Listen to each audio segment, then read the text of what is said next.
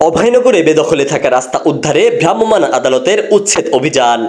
অভয়নগর থেকে জাকির হোসেন হৃদয়ের পাঠানো তথ্যচিত্রে বিস্তারিত জানাচ্ছি আমি শেখ আলী আকবর।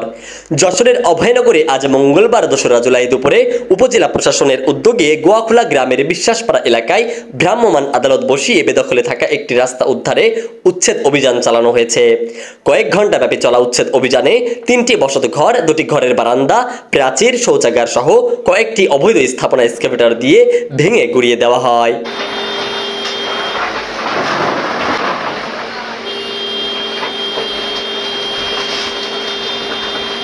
এই অভিযানে ক্ষতিগ্রস্তদের কাছে জানতে চাইলে তারা বলেন, আমাদেরকে ৩ মাসের সময় দেওয়া হয়েছিল, তবে ক্ষতিগ্রস্ত ওই পরিবারের সদস্যরা আরও সময়ের দাবি করলেও চলাচলের সড়ক পথ না থাকায় প্রায় ১০ পরিবারের কথা বিবেচনা করে এই অভিযান পরিচালনা করা হয়েছে। তো টাকা গুছাচ্ছে, যাচ্ছে একটু সরাই সাইড করে দেবো আবার বলেছিল। দেখা যাচ্ছে কি আমি পাইরে উঠিনি, এখন তো অনেক টাকার দরকার। এখানে ঘর বাড়ি দেখা যাচ্ছে আমি চালাই খাই রিক্সা চালাই, দিন মতন দিনই খাচ্ছি। এই জায়গা জমি বেশি একটু ঘর বাড়ি করেছিলাম, সেই ধরে আছে। তারপরে কাগজপত্র উল্টো পাল্টা করে আমার নামে ডিসি অফিসে মামলা দিয়েছে। একজনের জমি আর একজন আমার নাম দিয়ে সেখানে মামলা দিয়েছে আমার নামে। তারপরে এই যে নতুন ম্যাপে কোনো রাস্তা নাই, পুরোটাই আছে, নতুনটাই নাই। তারপর আমার বলেছিল, এগুলো স্যার আমার সময় এতে আমি গরিব মানুষ, সংসার ধর্ম চালাই, পার গাড়ি চালাই, আমি কত দূর কি করে আগে হবো? আমার তো পেট বাঁচাবো, অসুখ বিসুখ আত্মীয় স্বজন আমার তো টিকতে হবে।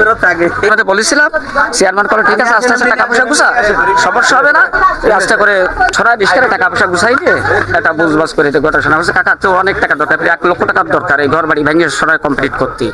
তখন আস্তে আস্তে গুছায় বুঝ করে মানে একটু রাস্তা ৬ ফুটের রাস্তা ছেড়ে দিস। কেন আপনার এই যে ঘর ভাঙার ব্যাপার চেয়ারম্যান জানাইছেন? জানাইছি। তা চেয়ারম্যান বললো কি, এখন আমি তো বলেছি যে এখন ঘরটা যাতে বাসে সেই কাজে সাইডে তো জায়গা আছে, ও পাশে ৬ ফুটের জায়গা আছে ওই পাশে ওই জমির ভিতরে, তার ঘরটা যাতে বাসে সেই কাজে একটা আমি একটা দেখি কথাবার্তা বলে দেখি এখন স্যারের সাথে কি বলেছে আমি এটা বলতে পারবো। আমার সময় দিতে হবে, আমার সময় দিতে হবে, আমি সময় চাই, আমার সময় দিতে হবে না, আসতে যাবে না। আমার স্বামী তো রিক্সা চালাই, আমি তো টাকা পয়সা নেই, আমি ঘর ভাঙবো কোন জায়গায় কৃষি করে?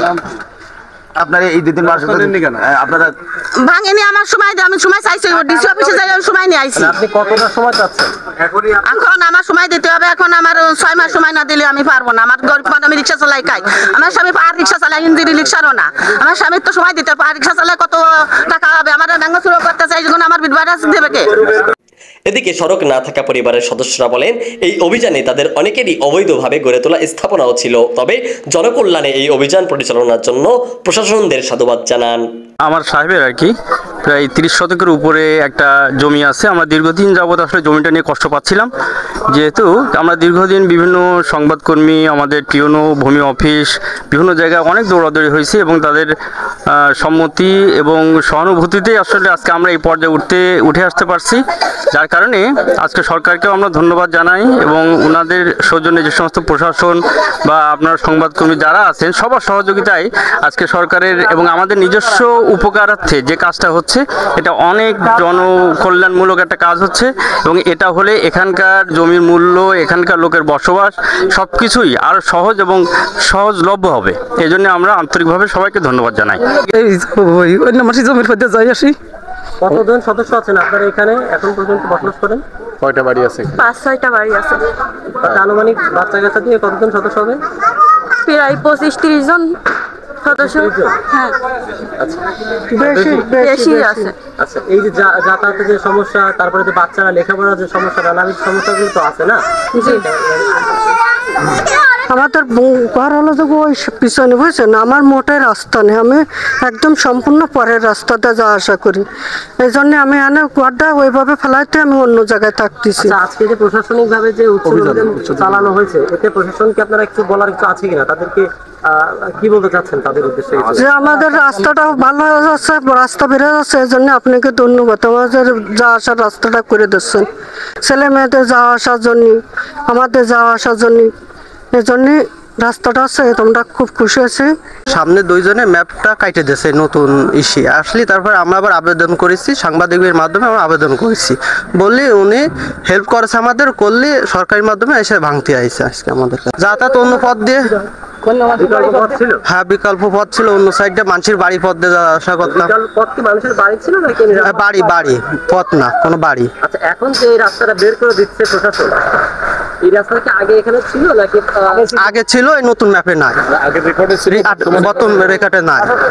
তাহলে আপনাদের এই পাশে যে বসবাসকারী যারা, তাদের জন্য এই রাস্তাটা প্রশাসনের পক্ষ থেকে যে উৎসাহ করা বাইর করে দিয়েছে, এর জন্য কি খুশি আমরা অনেক, সরকারি মাধ্যমে আমরা অনেক অনেক ধন্যবাদ জানাচ্ছি। জমিটা আছে মূলত 62 রেকর্ডে জমিটা ছিল আছে সরকারি রাস্তা 26 ফুট রাস্তা, এবং এই পূর্ব কোণে ছিল আছে 18 ফুট। এই রাস্তাটা 62 রেকর্ডে ছিল।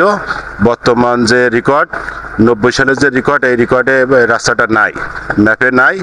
এটা সরকারি খাতে সরকারি ইয়েতে চলে গেছে, খাস খতিয়ানে চলে গেছে। তবে এই জমি 33 শতক জমির ভিতরে আমার বাপ মৃত আব্দুল সামাদ বিশ্বাসের 18 শতক জমি। এই 18 শতক জমির বিরুদ্ধে আমরা কোর্টে মামলা করেছি, এবং মামলা করার পরে আমরা এই মামলার রায় আমাদের পক্ষেই আছে, আমরা রায় পাইছি, আমাদের রায়ের কপি আমাদের কাছে আছে। ইনশাল্লাহ ভাঙা হয়ে গেলে আমরা এর বিরুদ্ধে আমরা লড়ব। আইনি যে সমস্ত লড়ার বিষয় আছে, এই লড়াইগুলো আমরা ইনশাল্লাহ লড়ব। আমরা আশা করি যে আমরা এই জমি, যেহেতু মামলার রায় আমাদের পক্ষে আছে, আমরা এই জমি আবার ফেরত পাবো। বাকি 15 শতক? বাকি 15 শতক সেকেন্দার বিশ্বাস, মৃত সেকেন্দার বিশ্বাস, ওনার ছেলে আছে, বড় ছেলে আসাদ বিশ্বাস। আসাদ বিশ্বাসের বাড়ি বসত ভিটা আর কি ভাঙা হচ্ছে। তো আমরা আশা করি জি না, আরো বাসা ভাঙা হচ্ছে। হালিম বিশ্বাসের বাড়ি ভাঙা হয়েছে, তারপরে আমার বাড়ি ভাঙা হয়েছে। আমার মা যে ঘরটা করেছে, এই ঘরটা ভাঙা হয়েছে। সরকারি খাস জমি যেহেতু, সেহেতু আমাদের কোনো আপত্তি না। আমরা মামলার রায় পাইছি, তারপরে ভাঙা হয়ে গেলে আমরা এই রায় নিয়ে আমরা আর কি লড়বো।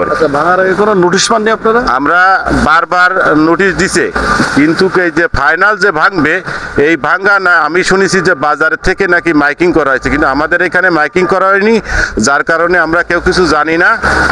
এই জন্যই আমাদের এই অপূরণীয় যে ক্ষতি, আমাদের যে যে ঘর বাড়ি যে বুলডোজার দিয়ে ভাঙা হচ্ছে, এইটা আসলে আমরা যদি আগে জানতে পারতাম, তাহলে আমরা অন্তত কিছু সম্পদ বাঁচাতে পারতাম বলে আমি মনে করি। অভিযান শেষে ভ্রাম্যমাণ আদালতের নির্বাহী ম্যাজিস্ট্রেট ও উপজেলা সহকারী কমিশনার ভূমি মোহাম্মদ শামীম হোসাইন সাংবাদিকদের বলেন, উপজেলার গোয়াখোলা গ্রামের বিশ্বাসপাড়া এলাকায় খাস খতিয়ানে 33 শতক জমির একটির মাটির রাস্তা স্থানীয় একটি চক্র 2 যুগ ধরে বন্ধ করে রেখেছিল। গোয়াখোলা মৌজায়, যার এস নং 633 ও আর এস নং 5120। অভিযোগের ভিত্তিতে সরকারি রাস্তা দখলকারীদের বিরুদ্ধে তাদের স্থাপনা অপসারণের জন্য 3 দফা চিঠি দেওয়া হয়েছিল, কিন্তু দখলকারীরা বিষয়টি আমলে নেয়নি, যে কারণে যশোর জেলা প্রশাসক ও উপজেলা নির্বাহী কর্মকর্তার নির্দেশনায় আজ মঙ্গলবার দুপুরে উচ্ছেদ অভিযান চালানো হয়। এতে 20 জন শ্রমিক ও একটি এক্সকাভেটর দিয়ে সকল অবৈধ স্থাপনা ভেঙে গুড়িয়ে দেওয়া হয়। সরকারি ম্যাপ অনুযায়ী 735 ফুট দৈর্ঘ্য ও 19 ফুট প্রস্থের রাস্তাটি অবশেষে দখলমুক্ত করা সম্ভব হয়েছে। অভিযান চলাকালে অভয়নগর থানা পুলিশ ও ফায়ার সার্ভিসের একটি দল, নোয়াপাড়া পৌরসভার সমাজ উন্নয়ন কর্মকর্তা রাজিবুর রহমান, সহকারী কমিশনার ভূমি অফিসার কর্মকর্তা কর্মচারী, স্থানীয় সাংবাদিক ও গ্রামবাসী উপস্থিত ছিলেন। ধন্যবাদ সবাইকে। যশোর জেলার অভয়নগর উপজেলার গোয়াখালা মৌজার আজকের এই তফসিলি জায়গায় 33 শতক কাঁচা রাস্তা শ্রেণীর জমি কিছু ব্যক্তি দখলে ছিল। আমরা সেটা জানতে পেরে ডিসি স্যারের, সম্মানিত জেলা প্রশাসক এবং উপজেলা নির্বাহী অফিসার স্যারের নির্দেশনা মোতাবেক আজকের এই উচ্ছেদ অভিযান পরিচালনা করা হয়েছে। যারা এখানে দখলে ছিল তাদের কোনো রকমের কোনো ক্ষতি সাধন ব্যতিরেকে আমরা চেষ্টা করেছি আজকের এই সরকারি জমি উদ্ধার করতে। আমাদেরকে আজকের এই উচ্ছেদ অভিযানে আমাদেরকে সাহায্য করেছে পৌরসভা, নোয়াপাড়া পৌরসভা, ওসি অভয়নগর এবং পল্লী বিদ্যুৎ সহ সম্মানিত সাংবাদিক বৃন্দ থেকে আমরা ধন্যবাদ জানাই আজকের এই উচ্ছেদ অভিযানে আমাদেরকে সহযোগিতা করার জন্য। আর যারা অবৈধ দখলদার অভয়নগরে আছে তাদেরকে আমরা তাদেরকে সতর্ক করে দিতে চাই, যারা উচ্ছেদে আমাদের অবৈধ দখলদার আছেন তারা সতর্ক হয়ে যান। এরকম অভিযান চলতে থাকবে, আপনারা যারা দখলে আছেন তারা নিজ দায়িত্বে সরে যান। ভবিষ্যতে আমাদের এই উচ্ছেদ আরও অব্যাহত থাকবে। আমরা সেই আপনাদেরকে সতর্কবার্তা দিচ্ছি এবং আমি সবাইকে ধন্যবাদ জানাচ্ছি, নওপাড়া পৌরসভা সহ যারা আমাদেরকে আজকের এই উচ্ছেদ অভিযানে সহযোগিতা করেছেন। ধন্যবাদ। শেখ আলী আকবর, গাংচিল টিভি নিউজ ডেস্ক।